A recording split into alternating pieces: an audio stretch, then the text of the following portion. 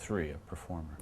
And so, you know, when you think about the term performer and when you think about the characteristics for you that you relate to in this style, because I know you've been studying it for a while, and you were to share those, what are those? Sort of relentless taskmaster, always getting the next task done, the next thing, the next thing, the next thing. Driven to succeed, driven to look good. So image is important, how people perceive you is important. Yep. I think, you know, when we say image is important, maybe the different 3s, what image they're trying to put out there might be different. It might show up a little different. But. So a lot of attention to task, a lot of attention to success. Would that be a fair statement? Yep. Yeah. And to winning. To winning, absolutely. Right. And your relationship. Beating your competition. And your relationship to competition. You're comfortable with that? Yeah. A lot of drive. Yep. Yeah. Sort of on, it's just like automatic, on automatic, just. Right. So, so you do a lot.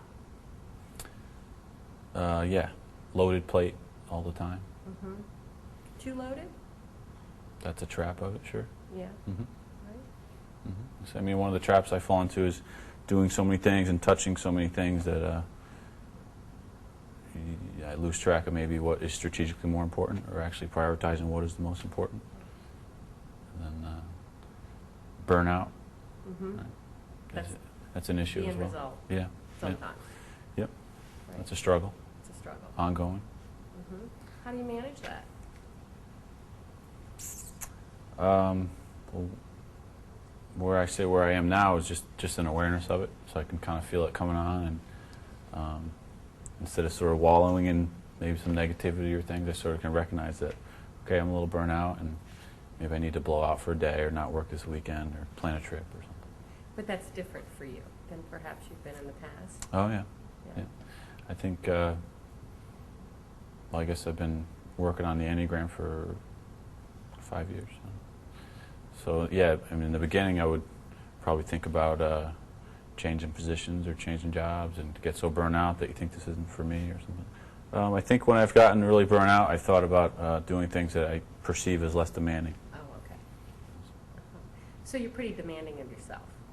Yeah. Are you as equally demanding of people that work for you or with you? Yeah. Maybe more demanding on myself, but I'm pretty demanding of people, yeah. So you have high expectations. High expectations and... around winning. Around winning and around effort.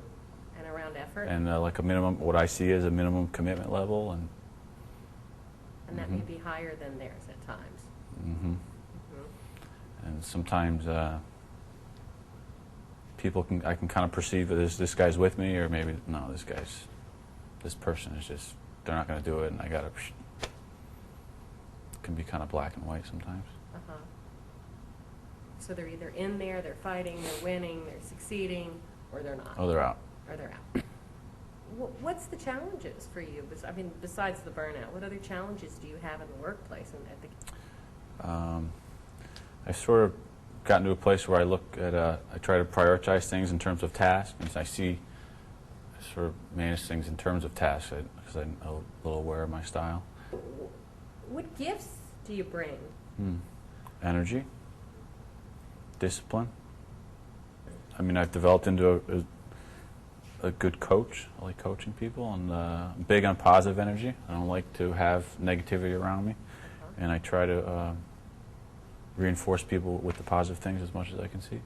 Other gifts is because I'm so task-oriented, I'm thinking about the completion of the task, so like the logistics of getting to certain things, and this has to be done if this is going to happen, and yeah.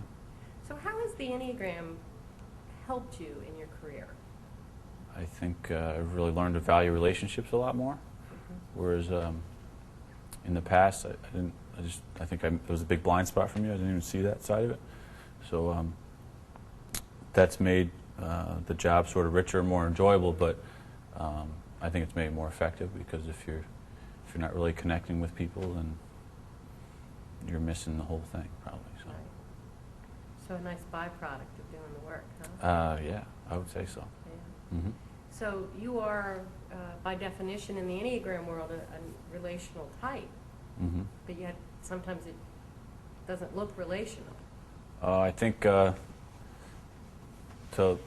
many of my people at times, they just see like a very cold, like, you know, like I talk about, if I have to terminate somebody, or written warning, or that discipline side, some people just like to think I'm like emotionless. Mm-hmm. I can appear that way. Mm-hmm. And are you? No, not at all. Mm-hmm. Yeah. What's going on inside when something like that happens, or you know? I think you're always trying to maintain a certain image, want to look good. Probably a harder thing to say is you want to be liked, accepted. That can be hard when you're firing somebody, or Mm-hmm. giving written warning, or giving some tough feedback, Mm-hmm. something like that.